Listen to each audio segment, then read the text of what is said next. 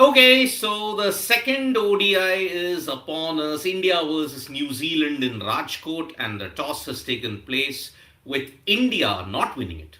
I mean, back to the good old days yet again. New Zealand have opted, yeah, New Zealand have opted to bowl rather on this Rajkot wicket, and it's rather interesting because when you look at it, chasing on this particular venue is not particularly easy looking at the past. But New Zealand's decisions are their own at this stage. I think they don't want India to chase, considering that Virat Kohli is there and everybody is there. So the one change that is there in the Indian lineup is no Washington Sundar. No Washington Sundar because he's been out for the whole series.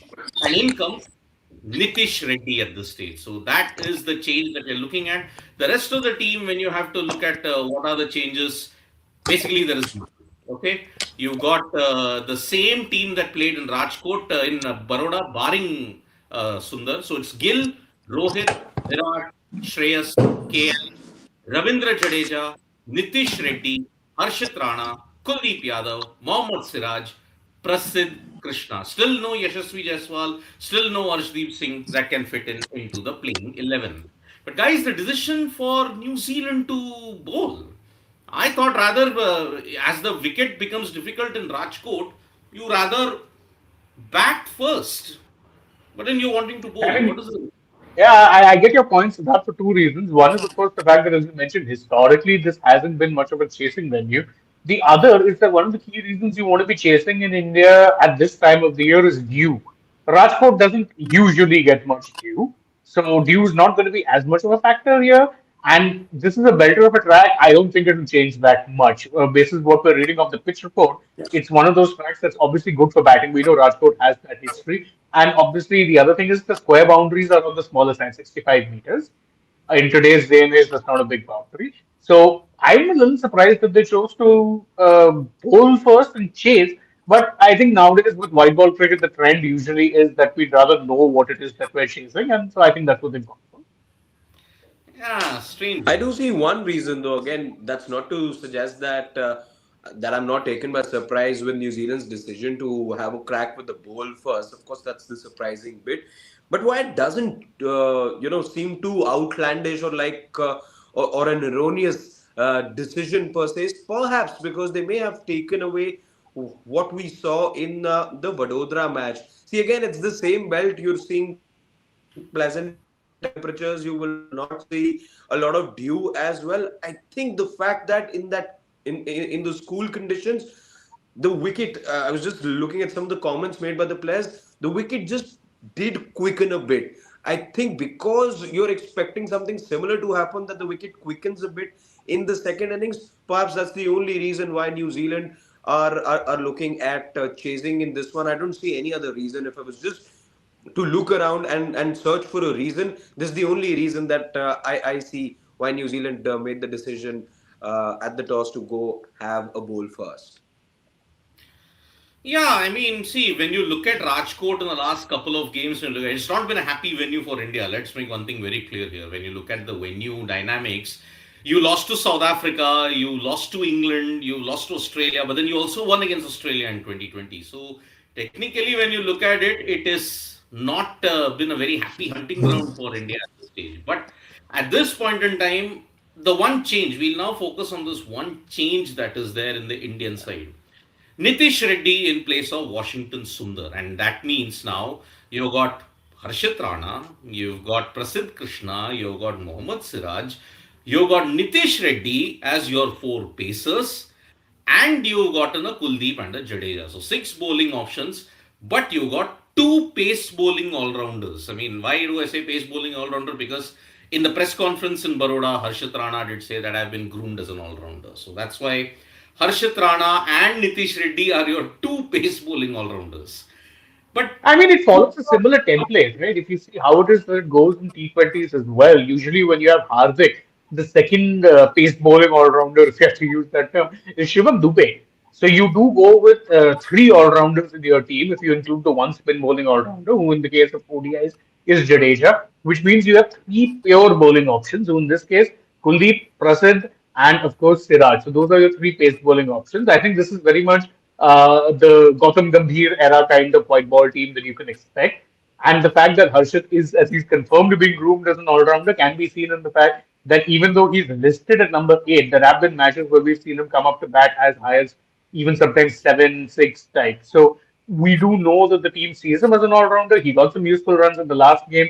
Did well in one particular game in Australia also. I'm forgetting which ODI Australia. it was, but he got yeah, that was the one. He did got some good runs with the bat there as well. So I do think the team management is seeing him as someone who can chip in with both, and we know how much this team management loves players who can do both skills. That's why you have a Badoni in the squad as well, because he gives you an off-spinning all-rounder option in place of Washington. That being said, I'm not very surprised with the team with the change because again, knowing Rajkot, would it have made sense to have three spin bowling options, two of whom are finger spinners? I think you'd just be opening yourself up to damage. The best case scenario would be that they'd be economical and then you'd not really get wickets. So makes sense that they bring in a Nitish. Also, Yeah. unless there was a very solid reason for you to add more spin, it didn't perhaps make sense for you to add a Badoni into the mix. Yes, he'll give you 4 5 overs. Yes, he's been economical in the A games and the domestic bowling that he's been doing. But besides that, I think with the series yet to be decided, you needed a very strong reason to get in a Badoni, who, by the way, is yet to make his debut. It's his maiden call up, remember. So if you're sealing the series today, you're going into the third match with an unassailable 2-0 lead. Perhaps at that time, I think you could try out somebody like a Badoni, even when the conditions may not necessarily ask for a finger spinner. And that's the only time, perhaps, now that I see Badoni, if you're looking at him as somebody who falls into the mix going forward, if Aryan Parag isn't around, then I see Badoni making a start in the third match. But otherwise, I think it's a very safe selection. But still no there's still no Arshdeep Singh gents. You thought that Arshdeep Singh would get a look in today.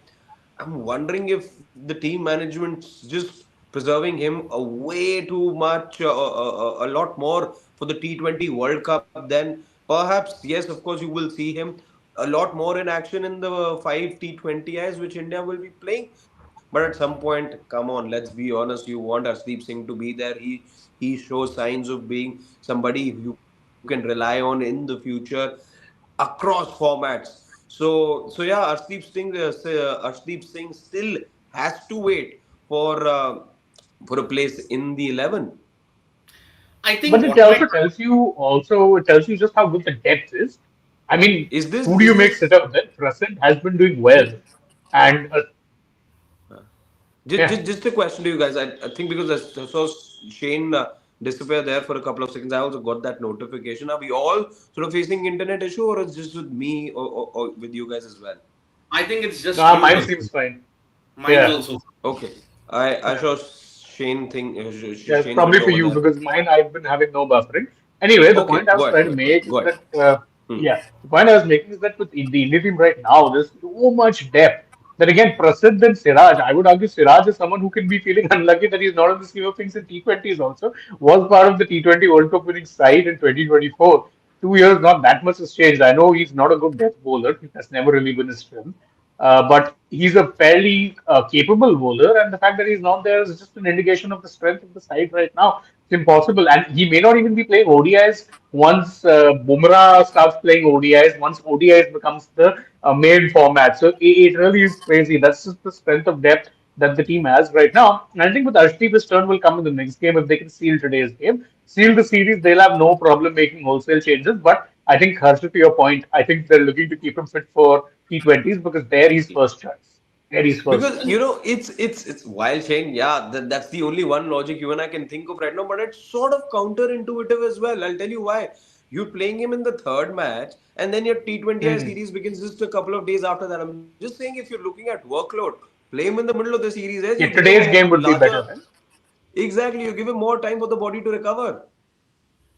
Well, I Hmm. think, see, that won't happen because for one simple reason. Look, they want to first win the series. Number one. Yeah. Number two, after that, you're having a 3 day gap for the third and final ODI. Even if you don't play Arshdeep there, I don't think it's much of an issue because see, the gaps between the T20Is are very little. You play on the 23rd, if I'm not mistaken. No, you play on the 19th 21, first. 23, 25. Yeah. 21, 28, 23, 20. 31. Let me complete that. Yeah. So that is why the gaps between the T20Is are so little. Even if Arshdeep doesn't play the ODI series, it doesn't matter. Because see, what the team management would be worried about is that, okay, what if he picks up an injury? Okay. You very well saw in the South Africa T20Is that he was lacking a bit of rhythm. You saw in that Mullapur T20I how much he bowled about seven wides in one Yeah, particular it's the over. same over. Yeah. Yeah, so that is why I Yeah. think first the priority is win the series. Then after that, they may want to include wholesale changes because that's the last ODI you're playing for 6 months. After that, you're not playing anything until July. Priority is fitness for all the key bowlers that is there. Arshdeep is there as probably the backup. Siraj will play all because I think what Sitanshu Kotak mentioned in that it is very tough to tell the guys that you have been dropped for one particular game or something. Either if it's an injury concern or if it is not any other issue, then only you're dropped. But otherwise, this team doesn't drop that many people, with Sanju Samson being an exception, with others being an exception. Two, three guys get the shortest thread that is there. So that's the way when you look at it. So yeah, I don't think Arshdeep will feature in the ODI series. I'll be surprised if he features in Indore. If it's a dead rubber, if it's a dead rubber, I really don't want him there because he can get back to rhythm in the first T20I also. There is time for him until February 7th, so why not? So in a way, the ODIs will be irrelevant after that. Then focus entirely on whether he should play in July. Nothing else at this point. So at this point, if India are blessed with the problem of plenty, they have to utilize it pretty well. That's the only way. The headache has to be managed pretty well for the Indian cricket team. So, yeah, I think Nitish with four paces. I don't know when was the last time Rajkot assisted four paces. That's how things I have mean, changed. see, I get your points, Siddharth, but I think you'd rather have pace bowling options than finger spinners, which is where it really comes down to. I think that's the key point. I would I have wanted a Badoni playing this match? No, no. No. This pitch gives me nothing whatsoever for him to show off his strength or his or anyone's strength. The thing, the Yeah. difference between him and dare I say a Jadeja is that Jadeja's for him playing on such pitches would be bread and butter, so he might just be able to at the very least, if not get too many wickets, at least he'll keep his economy under check. Badoni, I was going over his numbers. He tends to be expensive and get wickets. So it's a very weird sort of a conundrum. In list A cricket and even in T20 for the Syed Mushtaq, where he was playing for Delhi, very expensive. But he'll get you wickets. He's a spinning Shardul, if I can put it like that. So Indeed. I wouldn't want to be bringing in that sort of a player in this sort of a game where getting easy runs is not going to be a problem. Indeed. Also, let's look Indeed. at it this way: where that first batch ended, you wanted Kuldeep to be picking up more wickets. That's exactly what you desire at the start of this match. So if it's a wrist spinner of Kuldeep's quality that you want to get more wickets, then yeah, a Bodoni is bound to struggle on a wicket that doesn't assist a lot of spin bowling. And this wicket I see Hmm. being much the same as was the case in Baroda. Yeah. Yeah, it will be a flat deck. It's going to be short front, and plus, if there is no dew, then I think it will be game on. India, with their bowling, have to get somewhere close to 330. Then and I only agree. then New I Zealand will agree. be under the pump. Because see, I agree. if New Zealand, when you're looking at it, look at their bowling results. Kyle Jameson is in pretty good form. He picked up 4 wickets in that. They have also had one change with the slow left arm orthodox spin of Jaden Lennox coming in. Now, Lennox. Jaden Lennox at this point in time, if you look at the entire Indian batting lineup, at least until number 5 or 6, they're all right-handers. So a Hmm. left-hand orthodox spinner can really ensure that okay, he can get some economy. But then remember, in the previous game, Aditya Ashok he tried, but then I think the nerves or something, the Indian batters went after him. With Shreyas there, Shreyas in top form, and remember he's also staring at a landmark. There are three landmarks that are loading today. One, Rohit Sharma. If he hits one or if he hits one more six, he'll be only the second plate with 56s against New Zealand. That's one. Second, Virat needs only one more run to become the highest run getter for India against New Zealand in ODIs and second highest overall.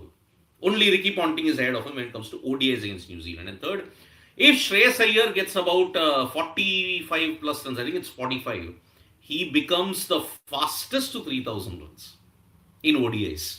That is the landmarks we are Is looking at. Shreyas Iyer Siddharth on course to doing what Hashim Amla did all his career to Virat Kohli records of fastest to 4,000, 3,000, 5,000, 6,000? Minus injuries. Hmm. Amla did minus injuries. So that's why Shreyas, see, he's going to be your vital cog. I think more than Virat, more than Rohit. Yes, they are there in the 2027 ODI World Cup scheme of things. But Shreyas is. Please rephrase quickly, Siddharth. Please No, no, no, rephrase no. very I'm quickly. telling you, Shreyas is far more important because he gives you that He doubled down, in Harshit. that. He didn't care. Siddharth, this is What? not dugout time and this is no subject today, but what you're saying calls for a dugout then. Look at it. Look at it. I mean, if you look at the Champions No, he's a Trophy, vital cog. I agree with you totally, but just the other but day again, we did look the at it. dugout Look at wherein the we were talking position where about he's how reliant batting. we Look are on at Rohit and Shreyas's Virat. position. Look at Shreyas's position where he's batting. If it was Hmm. not for Hmm. his pivotal knocks in the Champions Trophy, Of Virat and course, Rohit's knocks will come of under. course, of course. Now, look at the position he's in, number 4, right?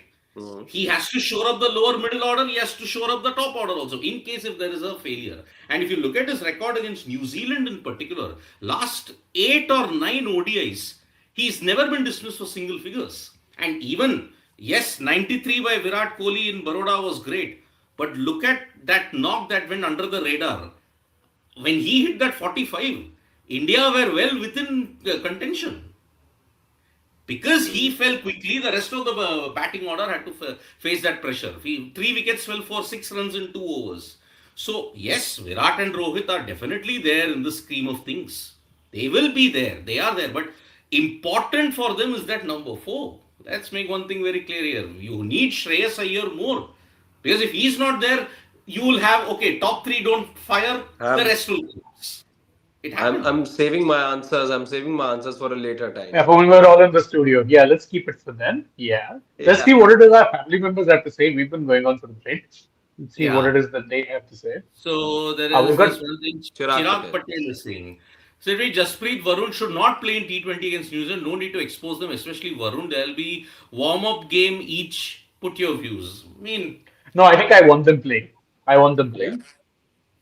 I also, because see, nowadays, even if you don't play, you've played so much of IPL, you've played so much of international cricket, there's so much of video analysis, video scrutiny. Even if you keep them, they aren't a surprise package anymore.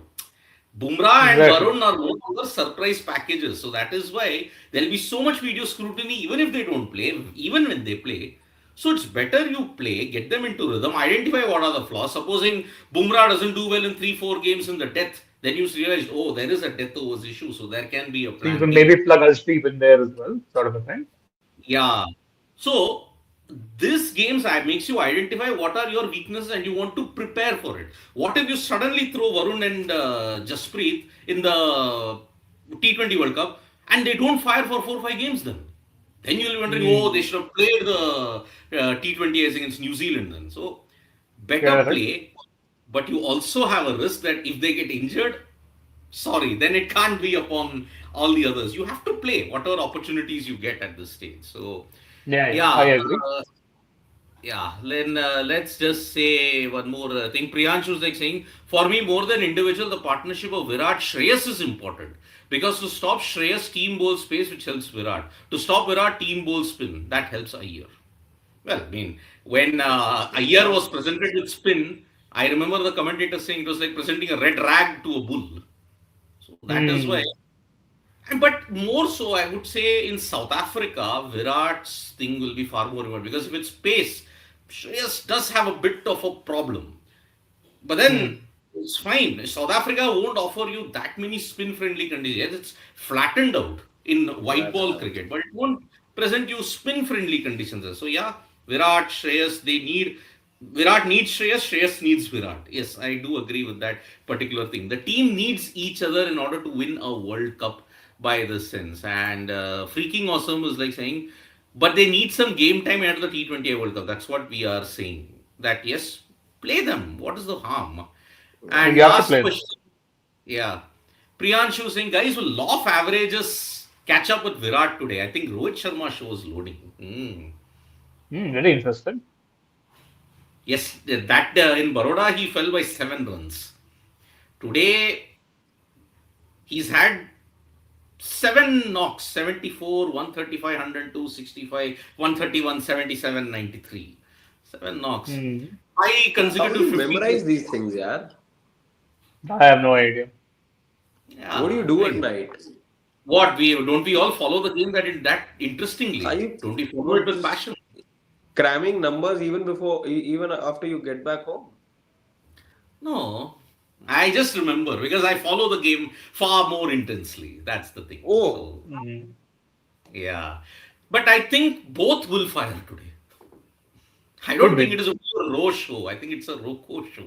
Because the nature It's of the the Rocco wickets show. is such that, see, Virat now has got a different gear when you are batting first. He can now go gung ho. He can be aggressive. You saw in that, I think it was the Raipur ODI, if I'm not mistaken. He Raipur. was looking good for a 200 score. Who knows? Hmm. So that's why he's added a different gear while batting first. So that's why batting second, batting first, it makes no difference to Virat in the ODI format anymore. So, but if he does fail, no surprises. I mean, he's allowed to And it fail. He won't has be a big won. deal. Said, It won't even be a big deal because yeah. he's had so many good performances that I think one failure is due every now and then. That's all right. Also, that But gives you an again, a big, opportunity to expect runs from someone else. Then simple as that. Exactly. KL is another big, also good. it's another big game. I think for Shubman Gill. He looked good for his Oh, yeah. 56 in the previous game, but I think the detractors will not be silenced Yeah, by there that. are detractors He who feel is that Rohit was put under pressure because of his slow strike rotation and the fact that he found it difficult to get off the blocks. He'll just be hoping Yeah. today is that day where he's able to get runs flowing right at the start so that there's no pressure, there's no such conversation. Belter of a track, as we understand, hopefully there are runs for the top order, and India can pile on all those big runs. If we're done with all the questions, gents, shall we end Yeah. the stream? Let's get no, down to just watching the match. about the Uh, score, what India could be posting. I think they get I'm not. 342 and win. 340 and win. Okay, same. I also believe they 342 can get to 340, specifically. 342. I'll I say 335 and India wins. I'll go 3-3-3. 333. Okay. Chris Okay, now Gayle. Anshu is like giving me a tough question. Answer Hmm. only two-digit score which Sachin Tendulkar never scored in his career. You know, My we'll come God. back to that because I don't Yeah, remember it. I remember mentioning this at the dugout the other day. I remember You I said did there are two scores. Thursday. Yeah, yeah, yeah. Okay, let me take a wild guess. 75. I think he's never scored 75. He scored a 175, but he's never scored a Yeah. 75. Vague memory tells me there's a number I in the think 20s and then there's a number in the 70s. Whatever little that I remember. Hmm. 75. I'll just take a wild guess. It's 75. Wrong. Just wrong. Okay. Let it be. What We'll to take do? another I guess some think it, other time then. yeah, we'll take it some other time. Okay. So thank you so much, folks, for joining us. We'll be back for the mid innings, and if there are any more records, we'll be doing it on Sports Today first. So from me, Shane and Harshad, it's bye bye, Nandri, Vanakkam, and see you in the mid innings. Bye bye.